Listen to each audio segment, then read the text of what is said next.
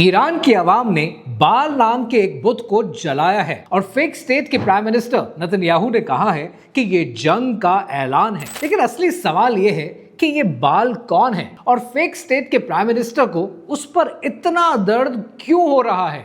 कहानी क्या है, आइए समझते हैं। मेरे फॉलोअर्स ऑलरेडी जानते हैं कि बाल के हवाले से कुछ महीने पहले एक रील में तफसील से मैंने आपको समझाया था, पर अब ये टॉपिक वर्ल्ड न्यूज का हिस्सा बन चुका है, इसलिए डीपर समझना जरूरी है। बाल ये लफ्ज सेमेटिक लैंग्वेज से आता है और इसके मानी है लॉर्ड के, मास्टर के। कैनानाइट सिविलाइजेशन का सबसे बड़ा डाइटी 3000 साल पहले बुल का सर, आग के हाथ और डिवोटीज वो अपने बच्चों को सैक्रिफाइस किया करते थे।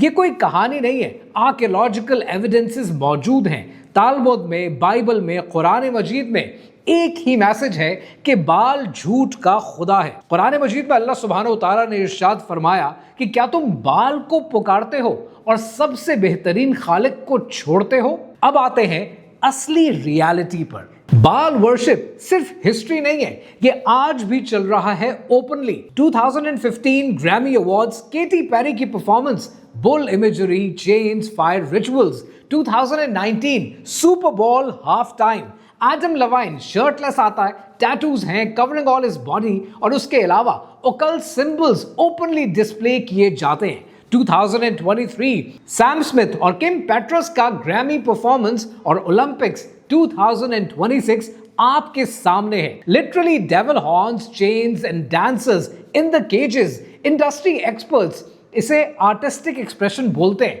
लेकिन जब आप हर परफॉर्मेंस में सेम रिचुअल्स और सेम सिंबल्स को रिपीट होते हुए देखते हैं तो ये आर्ट नहीं, ये मैसेजिंग है। एप्स्टीन फाइल्स ने कंफर्म किया है कि एलीट सर्कल्स में ऐसा कुछ होता है जो आप और मैं सोच भी नहीं सकते। और ईरान ने बाल के स्टैचू पर ट्रंप, नेतन्याहू और एप्स्टीन तीनों के चेहरे लगाए। Was that a coincidence?